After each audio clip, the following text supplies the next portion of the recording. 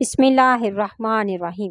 ناظرین، فدق حجاز کا ایک قریہ ہے اور مدینہ کے قریب ہے۔ مدتوں وہاں یہودی آباد تھے اور وہاں کی زمین بڑی زرخیز تھی۔ وہاں یہودی کھیتی باڑی کیا کرتے تھے۔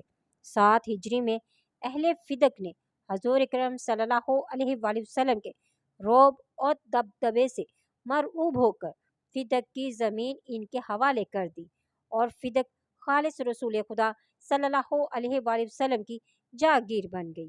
لیکن رسول خدا صلی اللہ علیہ وآلہ وسلم کی رحلت کے بعد یہ فدق مختلف حکمرانوں کے قبضے میں رہا۔ ناظرین، اس ویڈیو میں ہم آپ کو بتائیں گے کہ فدق کس طرح حکمرانوں کے ہاتھوں کا کھلونا بنا رہا، لہٰذا ویڈیو کو آخر تک ضرور دیکھے گا۔ ناظرین، اللہ تعالیٰ اپنی لاریب کتاب قرآن مجید کی سورۃ الحشر میں فرماتا ہے وَمَا أَفَاءَ اللَّهُ عَلَىٰ رَسُولِهِ مِنْهُمْ فَمَا أَوْجَفْتُمْ عَلَيْهِ مِنْ خَيْرٍ وَلَا رِقَابٍ، یعنی اس میں سے اللہ جو رسول کو عطا کر دے جس پر تم نے گھوڑے اور اونٹ نہیں دوڑائے، لیکن اللہ اپنے رسولوں کو جس پر چاہے مسلط کرتے اور اللہ ہر چیز پر قدرت رکھتا ہے۔ ناظرین، رسول خدا صلی اللہ علیہ وآلہ وسلم نے سرزمین فدق میں اپنے ہاتھ سے 11 کھجوریں بھی کاشت فرمائی تھی۔ 15 ذی الحج سن 7 ہجری کو آپ صلی اللہ علیہ وآلہ وسلم نے فدق کی مکمل جاگیر اپنی اکلوتی دختر حضرت فاطمہ الزہرا سلام اللہ کو ہبہ فرما دی۔ فدق ہبہ ہونے کے بعد مکمل طور پر بی بی سیدہ سلام اللہ کے تصرف میں تھا۔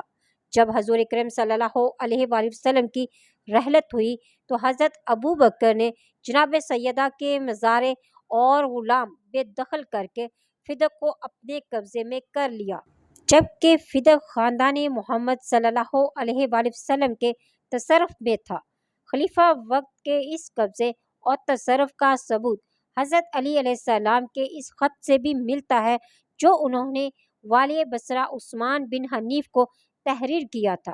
اس خط کے ضمن میں آپ نے یہ الفاظ تحریر کیے، آپ نے فرمایا اس آسمان کے سائے تلے لے دے کر ایک فدق ہمارے ہاتھوں تلے تھا، اس پر بھی لوگوں کے منہ سے رال ٹپکتی اور دوسرے فریق نے اس کے جانے کی پرواہ نہ کی، اور بہترین فیصلہ کرنے والا اللہ ہے۔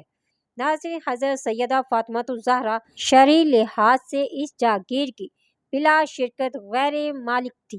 خلیفہ کا فرض تھا کہ حبہ رسول صلی اللہ علیہ وآلہ وسلم کو اصلی حالت پر رہنے دیتے اور اس میں کسی قسم کا تصرف نہ کرتے، اور اگر بالفرض خلیفہ صاحب کو اس حبہ پر کوئی قانونی اعتراض تھا تو بھی قانون کا تقاضا یہ تھا کہ مقدمے کے تصفیے تک فدق کو حضرت سیدہ سلام اللہ کے تصرف میں رہنے دیا جاتا۔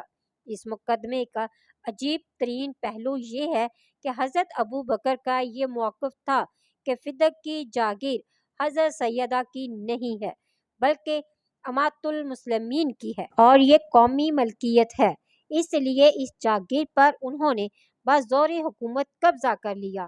تو حضرت سیدہ سلام اللہ نے اپنا قبضہ واپس لینے کے لیے مطالبہ حضرت ابوبکر سے کیا۔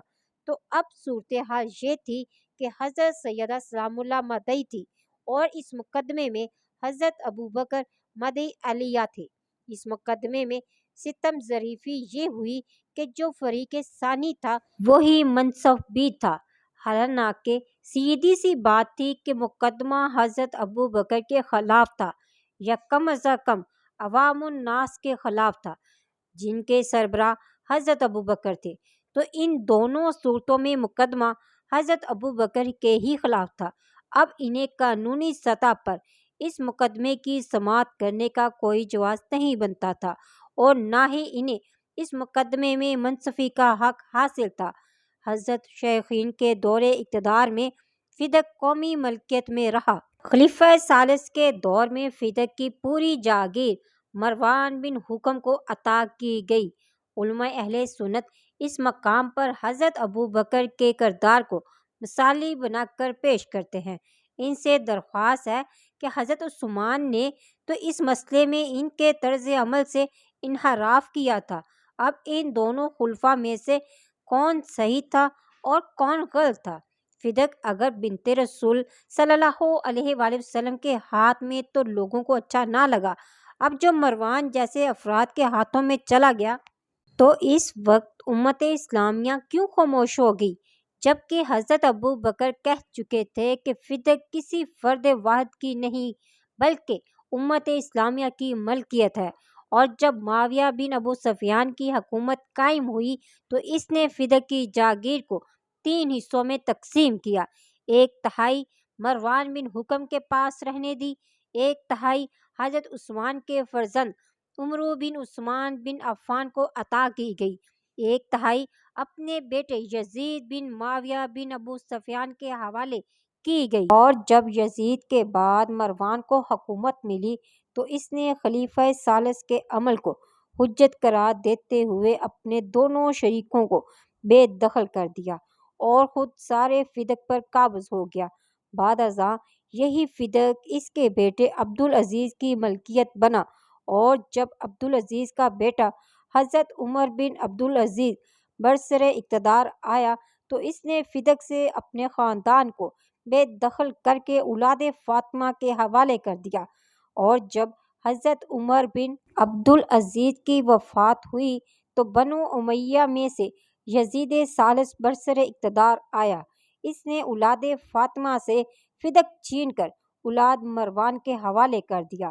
بنو امیہ کی حکومت کے خاتمے تک فدق اولاد مروان کے پاس رہا، اور جب بنی امیہ کی حکومت ختم ہوئی اور بنی عباس کا اقتدار شروع ہوا تو ابو العباس صفا نے فدق اولاد فاطمہ کے حوالے کیا، منصور دنکی نے بنی فاطمہ سے چھین لیا، بعد ازاں اس کے بیٹے مہدی نے فدق بنی فاطمہ کے حوالے کیا، جسے ہادی اور رشید نے پھر واپس لے لیا۔